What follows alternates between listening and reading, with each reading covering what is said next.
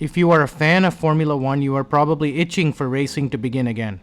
The good news is that the summer break is almost over, and F1 is headed to Spa-Francorchamps, the favorite venue of many drivers, teams, and fans. This year's Belgian Grand Prix should be extra special after the disappointment from last year's race, which was not really a race due to very wet weather. In this video, we will cover the top 5 things to watch for at this year's Belgian Grand Prix. Let's get started. Attitude of the drivers. The shock retirement of Sebastian Vettel before the summer break stirred the driver market. Most notably, Fernando Alonso is moving to Aston Martin, and Daniel Ricciardo is likely losing his seat at McLaren. It'll be interesting to see the attitude of the drivers as they come back to racing. Will Alonso compete harder against Esteban Ocon and possibly defy team orders? Will Daniel give a better performance to potentially impress a future employer, or will he be defeated after his failure at McLaren? Even for those who do have a confirmed contract, it'll be interesting to see how they perform after the break. The championship seems out of reach for Sergio Perez. Will he act as a number 2, or will he compete hard to win races and get back into the championship fight?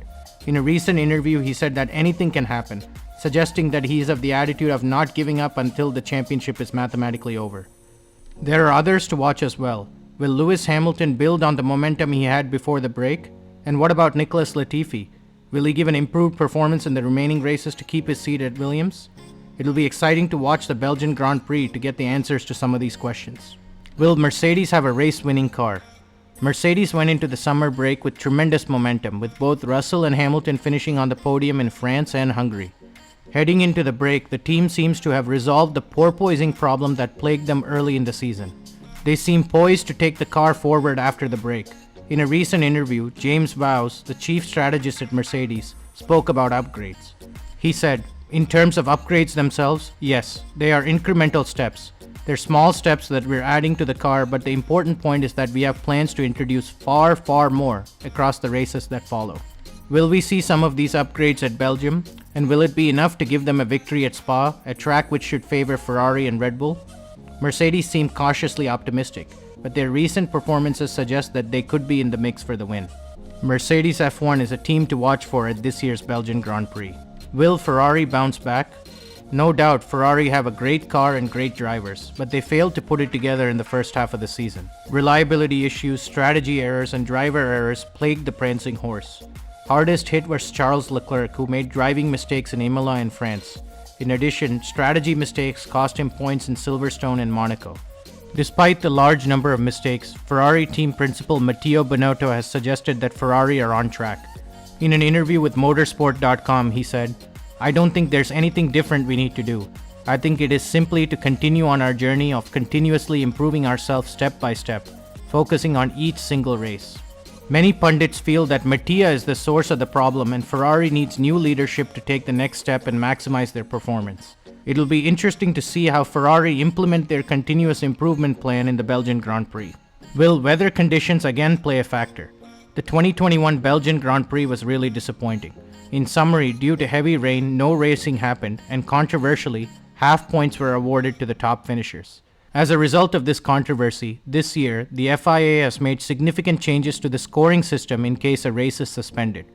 Most notably, no points will be awarded if the leader has completed less than 2 laps of racing. After 2 laps of racing, points will be assigned based on what percentage of the race has been completed. For a detailed explanation of the new scoring system, refer to my video on the subject linked in the description below.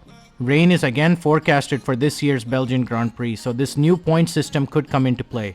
If weather conditions are tricky, could we potentially see a surprise winner from the midfield? Anything is possible. It'll be interesting to see what factor weather plays in qualifying and the race. Interteam battles. Interteam battles will play a crucial role in the second half of the season. 3 in particular stand out. Nicholas Latifi versus Alex Albon. Alex has shown that he is a capable driver and has secured a contract extension with Williams, but Latifi on the other hand is fighting for his F1 life. He has a few races to prove himself worthy of the second seat at Williams. One way he can do that is if he finishes ahead of his teammate on raw pace at the Belgian Grand Prix. Hamilton versus Russell. George Russell has been an amazing pickup for Mercedes, earning the nickname Mr. Consistent. He has performed beyond anyone's expectations and is currently ahead of his 7-time world champion teammate in the standings. However, since the Canadian Grand Prix, Hamilton has been clearly quicker than Russell. It would be nice to see Russell finish ahead of Hamilton by season's end, but it's not going to be easy for the young British driver. Hamilton has won a race in every season he has competed in Formula 1, and with the improvements Mercedes are making, it is likely he could win again in the second half of the season. Both drivers are natural competitors, so expect an intense but respectful inter-team battle at Spa. Ricciardo versus Norris. Daniel is likely out of contract at McLaren, but it would be nice to see the Honey Badger go out on a high note. Daniel is very popular among fans and many are cheering for him to perform better. It would be nice to see Daniel ahead of Norris in this race. Maybe weather conditions could help him achieve a miraculous finish like he had in Italy last year where he won the race. Lando is a top driver, so it'll be interesting to see this inter-team battle at the Belgian Grand Prix. Hope this video helped you get ready for the 2022 Belgian Grand Prix. Thanks for watching. Make sure to like this video and consider subscribing to the channel for more great Formula 1 content.